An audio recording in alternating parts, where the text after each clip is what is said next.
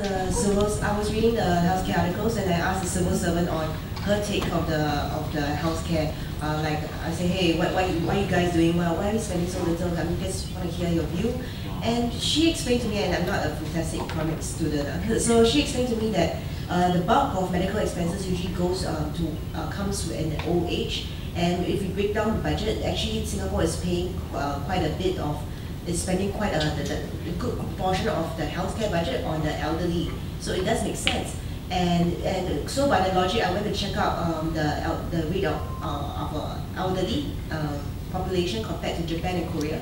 And it is lower, much lower than, not much lower, about a couple of percentage lower than Japan and Korea. In very simple terms, you're correct. In the absolute amount of spending, what we're talking about here is the proportion of spending. See, in Japan and Korea, they have a national health insurance. So the employer doesn't have to cover the cost of the healthcare, like for example the civil servant. It doesn't need the civil service to cover the cost, or if you work for some company, the company doesn't have to pay the cost. See, do you understand what I'm trying to say? Is that the proportion of expenditure that's paid by the government is smaller than any other country, any other developed country in the world. See, and that's what we're talking about. The absolute amount, you're correct. If you adjust it for age, we are closer to Taiwan, Japan, Korea. But if it's a lot of that is coming out of our pocket and our employers' pockets, and that's what we think is unsustainable. See, it's unsustainable, it hurts business because the cost of business goes up, and it's hurting the people.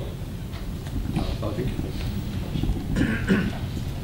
think the problem in the response given to you is, what the person is telling you is, oh, we have a problem because the population will age.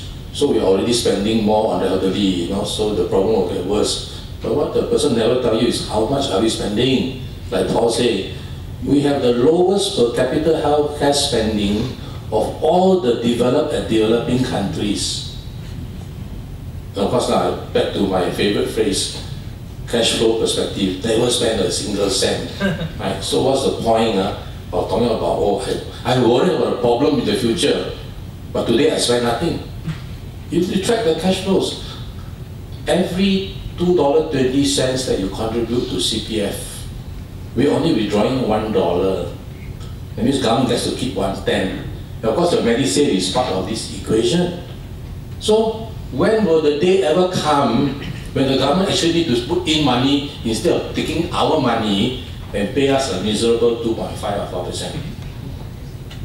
I don't talk about bullying, right? Because now I know you are the culprit that suggested to Corbyn 1 to allow Medisave to be used in approved hospitals. You know what's the problem? So many people go to the Malaysian hospital, they use the Medisave. Then they don't realize, nobody told them, all the CPF health insurance scheme, including MediShield and Private Shield, do not cover hospitalization out of Singapore.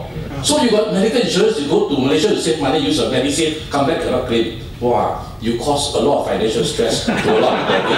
Better stick to playing tennis.